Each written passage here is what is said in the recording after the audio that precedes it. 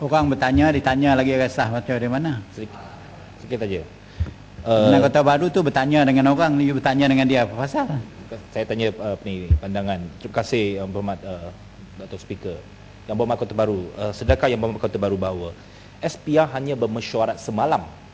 Selepas hampir 2 minggu kita membentangkan laporan itu, hanya mereka bermesyuarat semalam, dan hari ini dikatakan akan mengadakan satu sidang akhbar untuk mengumumkan apakah keputusan mereka terhadap 22 rekomendasi tersebut.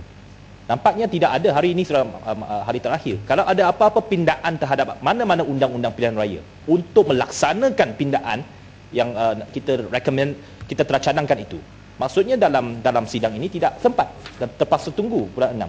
Dan sekiranya Dewan dibubarkan sebelum bulan 6, maksudnya pindaan-pindaan itu tidak akan dapat dilaksanakan.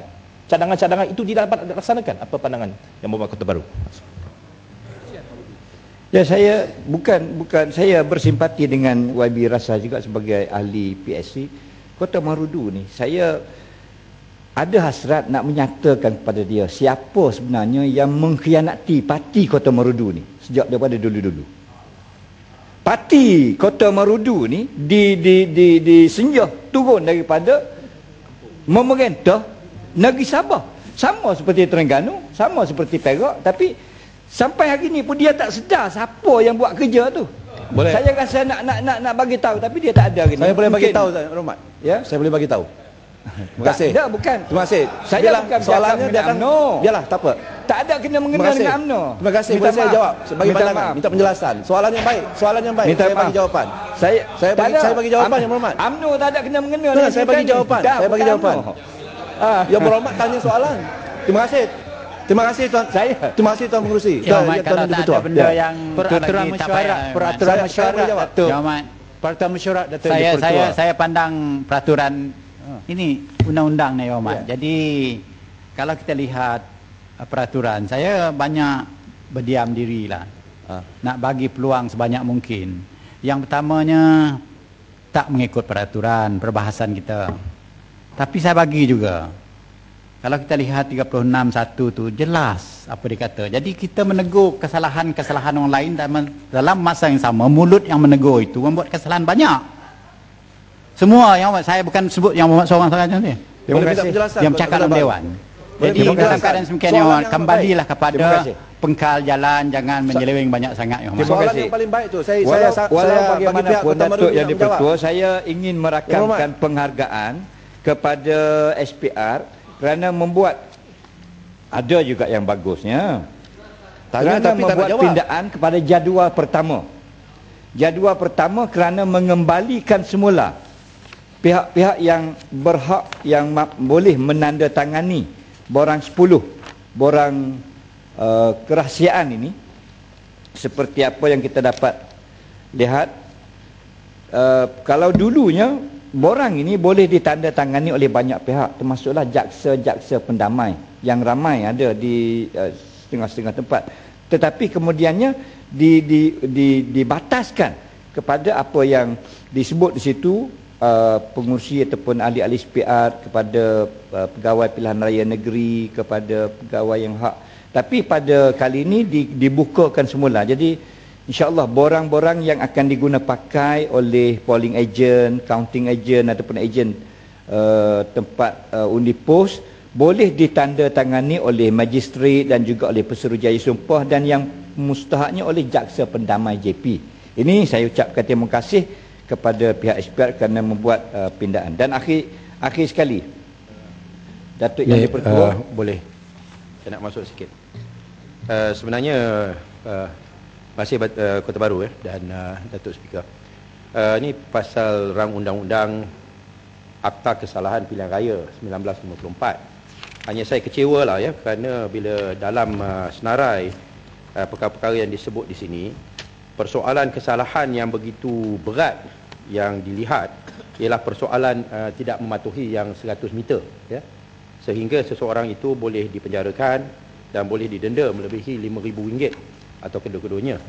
Sedangkan persoalan pengundi-pengundi hantu ni, iaitu mana-mana pihak yang didapati mendaftarkan pengundi-pengundi hantu, mana-mana pihak yang mendaftarkan warga asing sebagai pengundi, mana-mana pihak yang didapati telah mengundi di 2 tempat, ya, 2 kali dia mengundi, ya, mana yang dia undi pos, lepas tu dia undi juga sebagai pengundi biasa.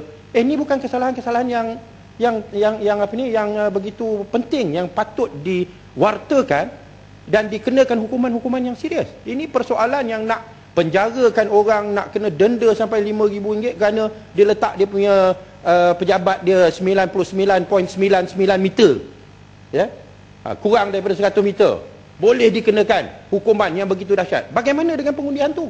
Bagaimana dengan golongan-golongan yang bertanggungjawab merosakkan kita punya daftar pemilihan? Saya nampak tak ada apa-apa hukuman, ya. Tidakkah sepatutnya, pandangan Kota Baru, tidakkah sepatutnya persoalan-persoalan ini diambil kira dan dikenakan hukuman yang paling berat kerana ianya merupakan satu tindakan khianat terhadap negara? Kota Baru boleh minta celahan ringkas. Datuk Yang Dipertua, terima kasih.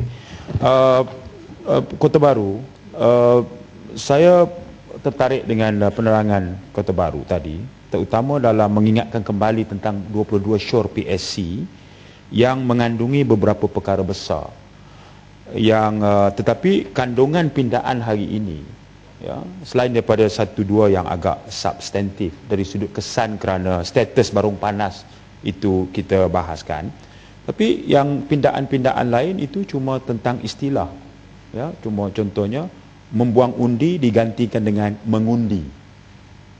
Itu kita rujuk dia orang bahasa lah, tak payah masuk sini pun tak apa. Atau tempat mengundi digantikan dengan pusat mengundi. Itu syur-syur soal istilah dan bahasa, ya, yang fundamental macam sahabat saya daripada Shah Alam sebut tadi, yang kita ingatkan dan kita bahaskan banyak tentang bersihnya daftar pemilih itu semacam tidak ditunjukkan kesungguhan di dalam pindaan ini. Apa komen?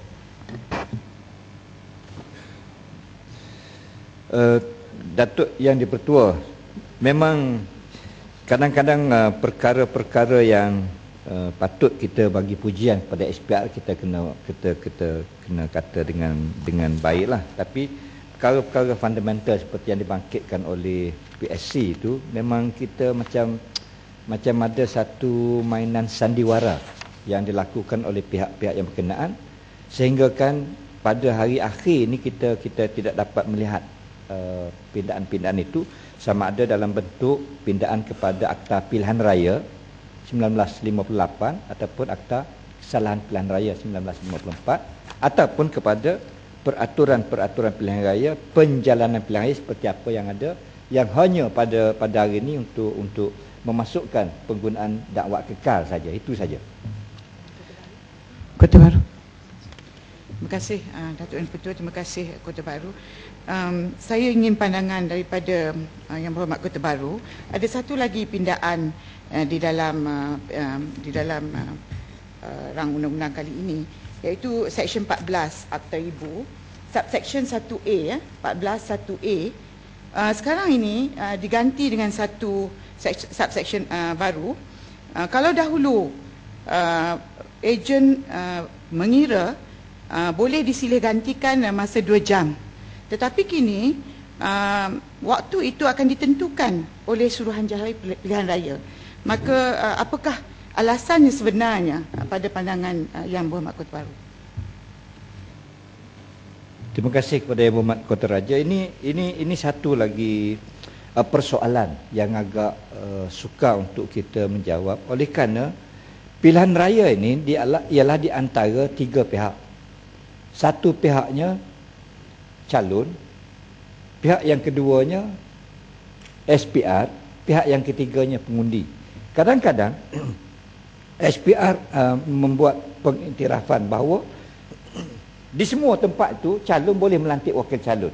Dia lantik ejen pilihan raya dia, election agent, wakil calon dia lantik polling agent, dia lantik ejen pengundian pos, dia lantik counting agent, semuanya ada ejen-ejen. Bahkan wakil calon itu pula boleh membuat surat melantik wakil-wakil kepadanya di tempat-tempat pengiraan undi dan juga tempat-tempat pusat-pusat penjumlahan undi.